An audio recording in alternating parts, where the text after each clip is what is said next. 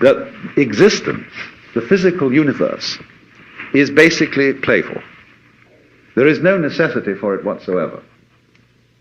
It isn't going anywhere. That is to say, it doesn't have some destination that it ought to arrive at. But that it is best understood by analogy with music. Because music, as an art form, is essentially playful. We say you play the piano. You don't work the piano. Why? Music differs from, say, travel. When you travel, you are trying to get somewhere. In music, though, one doesn't make the end of a composition the point of the composition. If that were so, the best conductors would be those who played fastest. And there would be composers who wrote only finales. People go to a concert just to hear one crashing chord, because that's the end. Same way in dancing. You don't aim at a particular spot in the room. That's where you should arrive. The whole point of the dancing is the dance.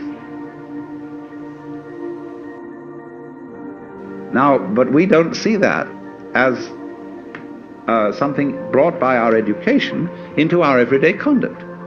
We've got a system of schooling which gives a completely different impression. It's all graded. And what we do is we put the child into the corridor of this grade system with a kind of, come on, kitty, kitty, kitty. And now you go to kindergarten, you know, and that's a great thing because when you finish that, you'll get into first grade. And then come on, first grade leads to second grade and so on, and then you get out of grade school, and you've got high school, and it's revving up, the thing is coming. Then you're going to go to college, and by Jove, then you get into graduate school, and when you're through with graduate school, you go out to join the world. And then you get into some racket where you're selling insurance, and they've got that quota to make, and you're going to make that, and all the time the thing is coming. It's coming, it's coming, that great thing, the success you're working for. Then when you wake up one day about 40 years old, you say, my God, I've arrived. I'm there. And you don't feel very different from what you always felt. Look at the people who live to retire and put those savings away. And then when they're 65, they don't have any energy left, they're more or less impotent, and they go and rot in an old people's senior citizens community.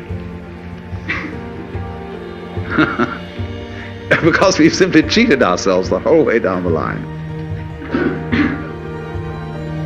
We thought of life by analogy with a journey, with a pilgrimage, which had a serious purpose at the end, and the thing was to get to that end, success or whatever it is, or maybe heaven after you're dead.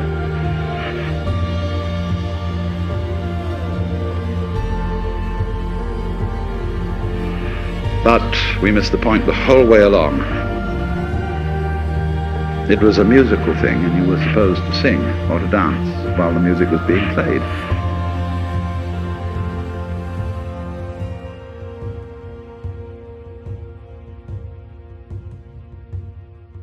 You taught me the courage of stars before you left.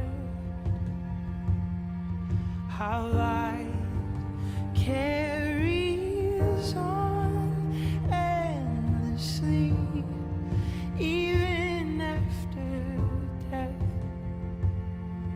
The shortness of breath, I'll explain the infinite. How rare